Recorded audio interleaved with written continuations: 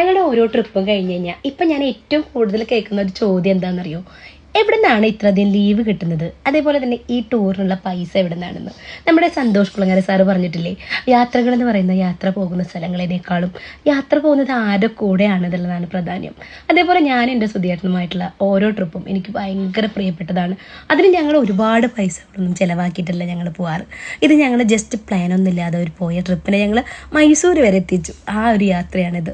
അത് ഞങ്ങൾ വന്നത് നമ്മുടെ മുത്തങ്ങ വഴി വന്ന് ഗുണ്ടൽപേട്ടൊക്കെ കണ്ട് മൈസൂരെത്തി. മൈസൂർ അന്നത്തെ നൈറ്റ് നല്ല മഴയോടുകൂടി, അത്രയും ചൂടായിരുന്ന ഈ സമയത്ത് മൈസൂർ ഒരു നല്ല മഴയോടുകൂടി നമുക്ക് മൈസൂരിനെ കാണാൻ ഒരു പ്രത്യേക ഭംഗിയായിരുന്നു. പാലസ് എന്ന് പറഞ്ഞു കഴിഞ്ഞിട്ടുണ്ടെങ്കിൽ കണ്ടാലും മതി വരാത്ത അത്രയും ഭംഗിയുള്ള ഒരു സ്ഥലം.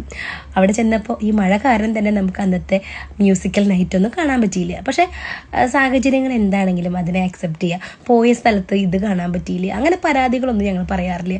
എന്താണോ കണ്ടത് അത് ഞങ്ങൾ ഭയങ്കരമായിട്ട് ആസ്വദിച്ച് ഞങ്ങൾ മാക്സിമം നടക്കാൻ പറ്റാവുന്ന ഏരിയകളൊക്കെ ഞങ്ങൾ നടന്ന്, ഞങ്ങൾക്ക് രണ്ടുപേർക്കും എന്ത് കാണാൻ പറ്റി അല്ലെങ്കിൽ കാണാൻ പറ്റിയില്ല അങ്ങനെ പരാതികളൊന്നുമില്ല. കിട്ടുന്ന സമയം ഞങ്ങൾ ഹാപ്പിയാണ്.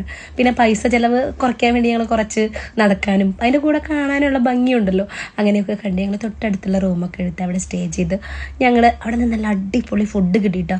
ഭയങ്കര ടേസ്റ്റി ഫുഡാണ്, മസാലയൊക്കെ കുറവായിട്ടും. അങ്ങനെ ഒരു ദിവസം ഒരു നൈറ്റ്. പിറ്റേ ദിവസം ഞങ്ങൾ കുറച്ച് സ്ഥലങ്ങളൊക്കെ പോയി അതിൻ്റെ യാത്ര